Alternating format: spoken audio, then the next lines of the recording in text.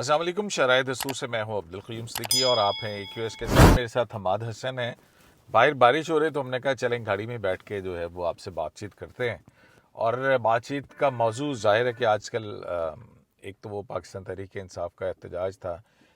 علی مین گنڈا پور صاحب GT road کے ذریعے سے گئے تھے پنجاب میں، اور وہاں پہ پھر کوئی آڈیو لیک ہو رہی ہے، کچھ اور PTI کا اپنے اندر کا انتشار ہے. لیکن اس کے ساتھ ہی جو اہم موضوع بحث بنا ہوا ہے وہ خیبر پختونخوا میں سینٹ کے انتخابات ہیں.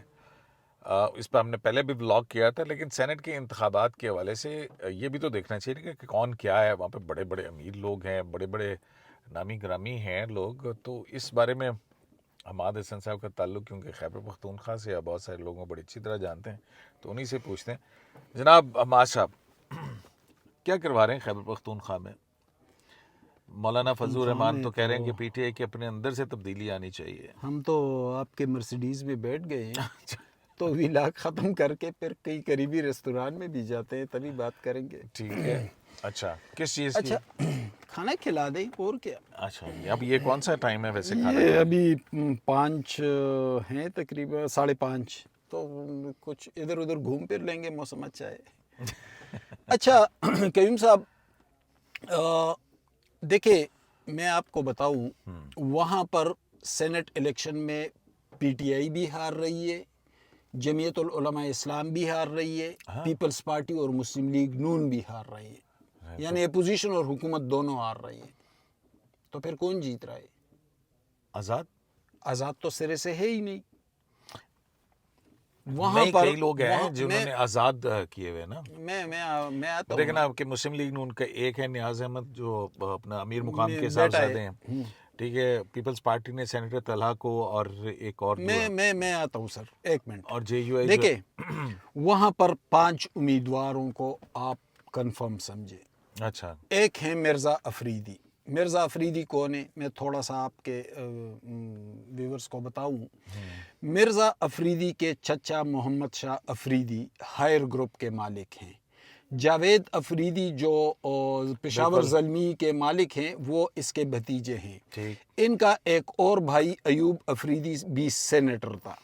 اور جب شوکت ترین کو اسٹیبلشمنٹ لے کے آ رہی تھی سینٹ میں وزیر خزانہ کے لیے، تو ایوب افریدی سے کہا گیا، تو ان کے کہنے پر اس نے سیٹ خالی کر دی. ایک اور بھائی ہیں ان کے، شاہ فیصل افریدی، انہوں نے بھی سینٹ کا الیکشن لڑا تھا. یہ خاندان بہت امیر ہے، لیکن یہ اسٹیبلشمنٹ کے ساتھ اپنے معاملات ٹھیک رکھتے ہیں. اور یہ ہائر گروپ کا عروج بھی مشرف دور میں ہوا تھا جب محمد شاہ افریدی سینیٹر اور MNA تھے، ان کے چچا. ان کا ایک وہ ٹیکس کا بھی تو بڑا ایشو بنا تھا. ہاں وہ معاملات تو ان کے چلتے رہتے ہیں نا، لیکن چونکہ اسٹیبلشمنٹ کے قریبی ہیں. اچھا، یہ مرزا افریدی 2018 میں مسلم لیگ نون کے ٹکٹ پر سینٹ میں پہنچا تھا، اور باقاعدہ اس کی تصویر میں نے اپنے ٹویٹر پہ جاری کر دی ہے کہ نواز شریف اس کو ٹکٹ دے رہے ہیں، امیر مقام بھی ساتھ کھڑے ہیں. جب یہ سینٹ میں پہنچے تو اس وقت مسلم لیگ کے لیے مشکل صورتحال دن بدن ہوتی جا رہی تھی. پھر جب اشارہ ہوا تو موصوف اپنی پارٹی کو چھوڑ کر سنجرانی کے ساتھ کھڑے ہوئے، یعنی حاصل بزنجو کی بجائے جا کر باپ میں شمولیت تو اختیار نہیں کی، لیکن اس کا ساتھ دیا. پھر جب PTI کے خلاف اسٹیبلشمنٹ آئی تو موصوف نے پارٹی بھی چھوڑ دی اور 9 مئی کی مذمت بھی کر دی. اس وقت وہ PTI کے امیدوار ہیں. تو کیا وہ PTI کے امیدوار ہیں یا کسی اور کے؟ اگر وہ جیتے بھی تو کیا PTI جیتے گی؟ نمبر 1. دوسرے کی طرف آتے ہیں، دلاور خان ہے. دلاور خان کا تعلق مردان کے جو پراپر مردان ہوتی سے، جہاں سے امیر حیدر ہوتی کا تعلق ہے، جہاں سے سابق گورنر غفور ہوتی اعظم ہوتی کا تعلق تھا. یہ کسٹم ڈپارٹمنٹ میں تھے، سپرڈنٹ ریٹائرڈ ہوئے. اور دلاور خان تو وہی ہے نا جنہوں نے، یاد ہے یہاں پہ ایک ریزولوشن بھی پاس کی تھی. وہی آتا ہوں، اس طرف آتا ہوں سر. دلاور خان کسٹم سے ریٹائر ہوئے تو ٹوبیکو بزنس میں آئے. ان کے فیملی کا پہلے سے بھی تھا. وہ مشرف دور تھا، اس وقت ترکائی خاندان کو بھی عروج ملا تھا، اور دریائے سندھ کے پار رات کے وقت جو سینکڑوں ٹرک نکلتے تھے اور بغیر کسٹم ڈیوٹی پنجاب میں داخل ہوتے تھے. اور اس سے کچھ خاندانوں کو میں کھل کر بتاتا ہوں، کچھ خاندان اچانک ارب پتی بن گئے تھے. اس میں سے ایک دلاور خان بھی تھے. اور دلاور خان چونکہ ان کو فوائد جہاں سے ہوتے ہیں نا تو اسی کے ساتھ لوگ چلتے ہیں. دلاور خان کو پھر پراکسی کے طور پر اتارا گیا مسلم لیگ نون میں اور وہ وہاں سے سینیٹر بنے. جب سینٹ میں یہ آئے تو پھر مشکل وقت میں انہوں نے ایک آزاد گروپ بنا دیا اور اس میں پختونخوا اور بلوچستان کے سینیٹرز شامل ہوئے.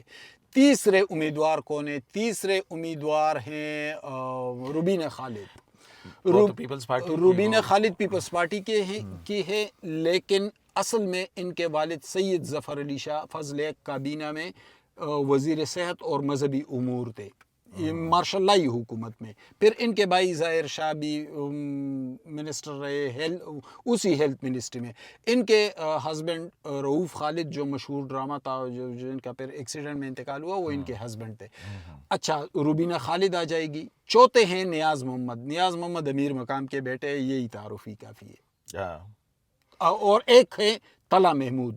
طلحہ محمود کو پہلے جے یو آئی میں لایا گیا تھا، اب پیپلز پارٹی میں لے جایا گیا ہے اور وہ وہاں سے سیلیکٹ ہو کر آئیں گے. یہ 5 ممبران آپ کنفرم سمجھے. نہیں تو یہ تو 5 ہو گئے نا. دیکھیں ٹوٹل ہیں 11 سیٹیں. 11 سیٹیں ٹھیک ہے. 7 جو ہیں وہ جنرل سیٹس ہیں اور باقی جو ہیں وہ ٹیکنوکریٹ ہیں، وہ خواتین کی ہیں. 2 خواتین کی ہیں ٹھیک ہے اور 2 ٹیکنوکریٹس کی. ابھی وہ جو ثانیہ نشتر کی سیٹ جو خالی ہے وہ تو 31 جولائی کو اس پہ الیکشن ہونا ہے. ابھی اس پہ نہیں ہے. اس پہ بھی بڑا ٹوٹل 12 سیٹیں ہیں نا. تو اور پھر اس میں ایک اور مسئلہ یہ بھی آ گیا درمیان میں کہ جو اسپیکر خیبر پختونخوا اسمبلی ہیں انہوں نے حلف نہیں لیا ریزرو سیٹس کے فیصلے کے بعد. جو جے یو آئی کی، پیپلز پارٹی کی اور پی ایم ایل این کے جو مخصوص نشستوں کے اوپر اراکین قومی دیکھیں اس سے کوئی فرق نہیں پڑتا. وہ 26ویں ترمیم میں اس مسئلے کو حل کر لیا گیا ہے کہ وہ ٹھیک ہے آرٹیکل 255 سب کلاس 2 کے اندر کہ وہ چیف جسٹس حلف لے سکتا ہے. وہ تو مسئلہ نہیں ہے. وہ ابھی تک پھنسا ہوا تو ہے لیکن اطلاعات یہی ہیں کہ وہ ہو جائے گا. لیکن مولانا فضل الرحمان دیکھیں نا، باتیں تو یہاں پہ جو اسلام آباد کے اندر گردش کر رہی ہیں مختلف، وہ تو یہ ہیں کہ جناب اس ساری صورتحال کے اندر بینیفیشری جو ہیں مولانا فضل الرحمان ہوں گے. کیونکہ وہ جو سرحد پار تعلقات بھی ہیں اور پھر وہاں پہ جو کچھ ہو رہا ہے اس میں بڑا اہم کردار ہے. مولانا اس سے پہلے بھی جو ہے وہ ایک کردار ادا کرتے رہے پل کا، ٹھیک ہے نا، ادھر افغانستان کے اندر اور ادھر یہاں پہ اس صوبے کے معاملات کے حوالے سے. وہ بڑے سینسٹیو ایشوز ہیں، آپ کو پتہ ہے. وہ میں آپ کی بات تو ابھی مولانا جو ہیں وہ کہہ رہے ہیں اب کتنی نشستیں ہوئی ہیں یہاں پہ پی ٹی آئی کے ساتھ، پیپلز پارٹی کے ساتھ بھی، پی ایم ایل این کے ساتھ بھی. مولانا فضل الرحمان کا گھر دوبارہ آج کا بنا ہوا ہے ان ساری صورتحال پہ. دیکھیے مولانا یہ کہہ رہے ہیں کہ تبدیلی پی ٹی آئی کے اپنے اندر سے آنی چاہیے قیادت کی. یہ ان کا اشارہ کس طرف ہے؟ اور یہ 5 تو ہو گئے لیکن باقی 6 سیٹیں بھی تو ہیں نا. اور پھر اگر آپ کہتے ہیں کہ 5 متمول خاندانوں کو چلی جائیں گی تو باقی 6 کہاں جائیں گی؟ میں آپ کے خبر کی طرف آتا ہوں. 5 تو میں نے بتا دیے نا، وہ تو ہو جائیں گے. اب باقی کون ہے؟ دیکھیں ایک کو جو لیکن ان کے تعلق وہی ہے نا، وہ روبینہ خالد پیپلز پارٹی سے ہیں، سینیٹر طلحہ جو ہیں وہ بھی پیپلز پارٹی سے ہیں، ایک منٹ نیاز احمد جو ہیں وہ پی ایم ایل این کے ٹکٹ پہ ہیں. تو یہ آپ کیسے کہہ رہے ہیں؟ تو بھائی اپنے پی ٹی آئی کو نہیں ملیں مختلف گے. جماعتوں میں پراکسیز اتارے جاتے ہیں نا. ایسے تو نہیں ہوتا کہ بس وہ کہے کہ ہاتھ سے کوئی پکڑ کے بتائے کہ یہ ہمارا وہ تو چلیں، یہ اسی طرح ہوتا ہے جیسے علی امین گنڈاپور ہیں. علی امین گنڈاپور ہے. اسی لیے تو میں آپ کے سوال کی طرف آتا ہوں. دیکھیں مولانا کہتے ہیں کہ پی ٹی آئی کے اندر سے تبدیلی آنی چاہیے. مولانا کو اس سے کوئی غرض نہیں ہے کہ کس کی حکومت ہو. اس کو غرض ہے تو علی امین گنڈاپور سے. علی امین گنڈاپور سے اس لیے ہے کہ 2002 میں جب متحدہ مجلس عمل کی حکومت آئی پختونخوا میں تو اس وقت سے ڈیرہ اسماعیل خان اور ملحقہ اضلاع جس میں بنو، لکی مروت،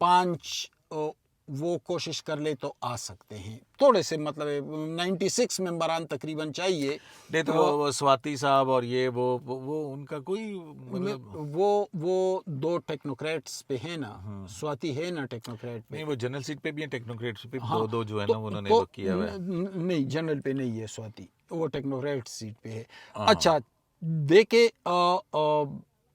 19 ممبران پر ایک جنرل سیٹ آئے تو 96 اگر یہ پی ٹی آئی والے کر لے, 4 مزید ممبران لے لے, تو ان کے پھر 5 ممبران آنے چاہیے, 6 ممبران آنے چاہیے, 6 ممبران ان کے آنے چاہیے. چلو 6 نہیں آتے, 5 تو آنے چاہیے نا کنفرم. بالکل. اگر 5 بھی نہ آئے تو اس کا مطلب ہوگا کہ پی ٹی آئی کے ممبران بک گئے ہیں, نمبر 1.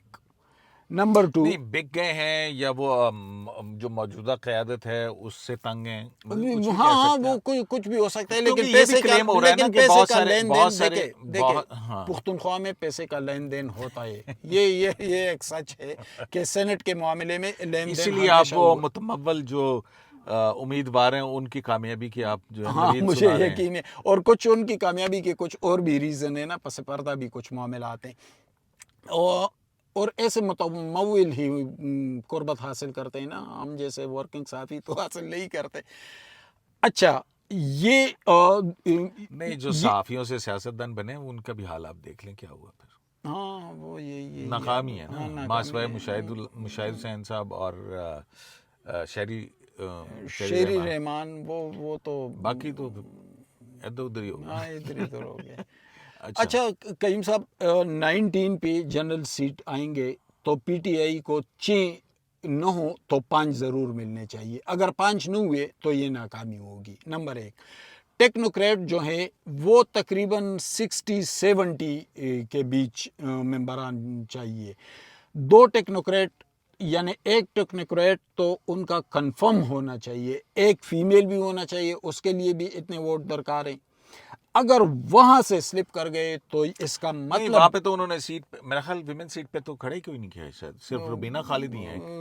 نہیں یہ تو پیپلز پارٹی کی طرف سے ہے نا. وہ ان کی طرف سے کون ہے؟ ان کی طرف سے عائشہ بانو اور روبینہ ناز, یہ 2 یعنی جو ایک تو ان کا مسئلہ یہ ہے کہ ہر گھنٹے بعد ان کی لسٹ تبدیل ہوتی رہتی ہے. پی ٹی آئی والوں کو ایک اور نہیں چل رہی ہے, یعنی ہم تجزیہ کر لیتے ہیں لوگوں کا, تھوڑی دیر بعد دیکھتے ہیں لسٹ پھر تبدیل ہو جاتی ہے. یعنی مراد سعید کو بھی لسٹ سے نکال دیا تھا, تو کبھی مرزا افریدی کو ٹاپ پہ لے جاتے ہیں, کبھی مراد سعید کو لے جاتے ہیں. یعنی ہر گھنٹے بعد ان کی لسٹ تبدیل ہوتی رہتی ہے. تو ہمیں بھی ملک کو تو کنفیوز کر ہی دیا تھا, جمہوریت کو تو کنفیوز کر دیا, ہمیں بھی کنفیوز کر دیا. تو ان کے فیمیل جو ہے 2 ہے. روبینہ ناز جو ہے وہ ایک کارکن ہے, لیکن عائشہ بانو جو ہے اس کا تعلق ایک ایلیٹ فیملی سے ہے. ان کے ہسبینڈ مشہور آرتھوپیڈک سرجن ہیں, اور مسلم لیگ کے انور کمال مروت آپ جانتے ہوں گے, ایک زمانے میں پختونخوا اسمبلی میں اپوزیشن لیڈر بھی تھے اور کئی مرتبہ منسٹر بھی رہے. یہ ان کی بھانجی ہے, تو ایک ایلیٹ خاندان سے ان کا تعلق ہے. آخری حد میں سینٹ تو آپ کو پتہ ہے ویسے بھی لیکن مشال کے حوالے سے بات بہت اہم ہے. نہیں یہ میں سوال پوچھنا تھا آپ سے, کیونکہ مشال تو ابھی اس میں نہ کاغذات نامزدگی میں نہ کچھ اور ہے. وہ تو جو سینٹ کا الیکشن ہونا ہے, جو ثانیہ نشتر والی سیٹ خالی ہوئی ہے, اس کے لیے یہ ثانیہ نشتر کی جو سیٹ ہے اس پہ 31 جولائی کو الیکشن ہونا ہے. اور عمران خان نے کہا ہے کہ مشال کو اس پہ نامزد کر دیں. اگر مشال نامزد ہو گئی تو مشال, کس نے کہا آپ کو؟ آپ صحافی ہوتے ہوئے سورس کا پوچھ رہے ہیں. وہ ایک صحافی نے کہیں کہا تھا کہ یار فلاں میرا سورس ہے, اس نے مجھے بتایا. اس دن ادھر ایک آپ کے ایک دوست وہ جو تو آ کر میں کھل کر کہوں ایک چھوڑ دے جا کے کہتے کہ حماد صاحب کو آپ نے جو خبر دی تھی وہ کیا ہے. تو میں نے کہا یار یہ بھی صاحب چلے. اچھا عمران خان نے کہا ہے کہ مشال یوسفزئی کو لے آئے. اگر مشال کو فرض کرے نامزد کر دیا تو مشال آسانی کے ساتھ سینیٹر بن جائے گی, کیونکہ 92 ممبرز ہیں. ان کا مقابلہ کتنے لوگ کریں گے؟ ان کا مقابلہ کریں گے تقریباً 53 لوگ. تو ظاہر مشال منتخب ہوگی, لیکن مسئلہ اور ہے. مشال کے انتخاب پر علی امین گنڈاپور اور علیمہ خان ایک پیج پر ہیں اور دونوں کہتے ہیں کہ یہ ہرگز سینٹ میں داخل نہیں ہوگی۔ عمران خان نے نامزد کیا ہے، عمران خان نے ڈائریکشن جاری کر دیے، لیکن عمران کی پہلی کون سی بات مانی گئی ہے کہ یہ بات مانی جائے گی؟ اس نے تو یہ بھی کہا تھا کہ مشال کو مشیر بنا لیا، اس نے تو یہ بھی کہا تھا کہ تیمور جھگڑا اور سابق وزیر اطلاعات کامران بنگش کو مشیر بنا لیا، اس نے تو جنید اکبر کو نہیں تو پھر کیا صوبائی ہوگا؟ صدر بنایا تھا، جنید اکبر تو مطلب بیچارہ آپ کا دکھائی کہنے نہیں کا دیتا۔ مطلب یہ ہے کہ وہ جو 31 جولائی والا سینٹ کا الیکشن ہے اس پہ پھڈا پھر پڑا ہوا ہے۔ اس پہ پھڈا یہ ہے کہ عمران خان نے مشال کا نام دیا ہے بشرا کے کہنے پر، لیکن علیمہ خان اور گنڈاپور دونوں مخالف ہے۔ اور اگر آپ کو یاد ہو قیوم صاحب تو پھر اگر وہ تقریباً دونوں مخالف ہیں تو علی امین گنڈاپور تو اکثر قائد ایوان ہے، تو لوگوں نے تو اس کے اوپر کہنے کے تو اوپر گنڈاپور کی تو ابھی تک گرپ مضبوط ہے نا، اس میں تو کوئی شبہ نہیں ہے۔ گنڈاپور ساجدہ خٹک جو پرویز خٹک کی ایک قریبی عزیزہ ہے، MNA بھی رہی، وہ اس کو اتار رہے ہیں میدان میں۔ تو اگر گنڈاپور اس پر ڈٹ گئے تو پھر مشال کا پتہ صاف ہو جائے گا۔ اور اگر آپ کو یاد ہو تو یہ مارچ 2024 میں جب صوبائی حکومت کو بنے 1.5 مہینہ ہوا تھا، میں نے آپ کے ولاگ میں کہا تھا کہ مشال اور گنڈاپور ایک ساتھ نہیں چل سکتے اور دونوں کے درمیان اختلافات کی خلیج ہے۔ آپ نے تو یہ بھی کہا تھا کہ PTI کے اندر بہت سارے فارورڈ گروپس اور فلانا بن رہے ہیں اور آج وہاں کل پہ ہر کوئی تبدیلی کہہ ہو رہا ہے۔ سکتی ہے۔ تو ابھی کیونکہ وقت بہت زیادہ ہو گئی ہے، اگر آپ 1-1.5 منٹ کے اندر اگر ہمیں بتائیں کہ یہ جو کہا جا رہا ہے کہ عدم اعتماد علی امین گنڈاپور، اس کا کیا بنے گا؟ یہ 1-1.5 منٹ آپ بتائیں، پھر اس کے بعد ہم اس کو ریپ اپ کرتے ہیں۔ میں 20 منٹ کہتا ہو ہوں گئے۔ عدم اعتماد ہرگز نہیں آئے گی۔ میں پہلے دن سے میرا یہی بیان ہے کہ علی امین گنڈاپور کو ہرگز عدم اعتماد کے ذریعے نہیں ہٹایا جائے گا۔ علی امین گنڈاپور گھر جائے گا تو 9 مئی سے جائے گا، عدم اعتماد سے نہیں جائے گا، بشرطے کہ علی امین کے سپورٹرز اس سے پیچھے ہٹ جائیں، 9 مئی کو ترجیح دیں۔ اگر انہوں نے علی امین کی بجائے 9 مئی کو ترجیح دیا اور اکراس دی بورڈ لیکن ویسے پولیٹیکلی اگر دیکھا جائے تو کیا ضرورت ہے اس وقت خیبر پختونخوا حکومت میں تبدیلی لانے کی؟ ضرورت ہی نہیں ہے۔ مطلب ہے مولانا کا بھائی آ جائے، مولانا لطف الرحمان، یا امیر مقام کا بھائی جو اپوزیشن لیڈر ہیں ڈاکٹر عباد، وہ آ جائے تو تو کیا فرق کیا پڑے گا؟ مولانا کے ساتھ PTI کے اندر کے لوگ مل جائیں گے اس والے سے؟ PTI کے لوگ تو مل جائیں گے، وہ تو اتنا مسئلہ نہیں ہے، لیکن مولانا کا بنیادی طور پر ایک مقامی جھگڑا ہے جسے وہ سیاست میں لے کر آئے۔ علی امین اور مولانا کے اچھا میں آپ کو بتاؤں، مولانا کے ساتھ PTI مذاکرات کر رہی تھی سینٹ کے لیے، اور علی امین اتنے استاد آدمی ہیں کہ لاہور میں ایسے دھاڑے مولانا کے خلاف کہتے کہ میں اپنے بھائی کو مستعفی کروا کر نئے الیکشن میں آیا جاؤ، کروا لیتے ہیں۔ اور پھر مولانا نے اپنے بھائی کے ذریعے بھی چیلنج دے دیا، تو اس نے یعنی مولانا پر وہ عقلی حوالے سے حاوی ہو گیا کہ مولانا کو مشتعل کر دیا اور مذاکرات کو کاٹ دیا۔ اسی لیے تو مولانا کل بھاگتے ہوئے پرویز خٹک اور گورنر کے پاس پہنچ گئے۔ چلیں جناب، یہ سیاست کی جو کھیل ہیں، چالیں ہیں، یہ تو شطرنج کے اوپر چلی جاتی رہیں گی۔ تو حماد صاحب کے ساتھ کیا انفارمیشن تھی تو ہم نے کہا کہ آپ کے ساتھ شیئر کرتے ہیں، یہ ہمارے ساتھ شیئر کرتے ہیں، گو کہ ان کی دیکھتے ہیں کیا نتیجے نکلتے ہیں۔ یہ تجزیے ہے، کوئی حتمی بات نہیں ہے۔ کل کو صورتحال کیا بنتی ہے پھر اس کے حوالے سے آپ کے سامنے حاضر ہوں گے۔ شرائط دستور سے EQS لائیو سے اجازت دیجیے۔ اللہ نگہبان۔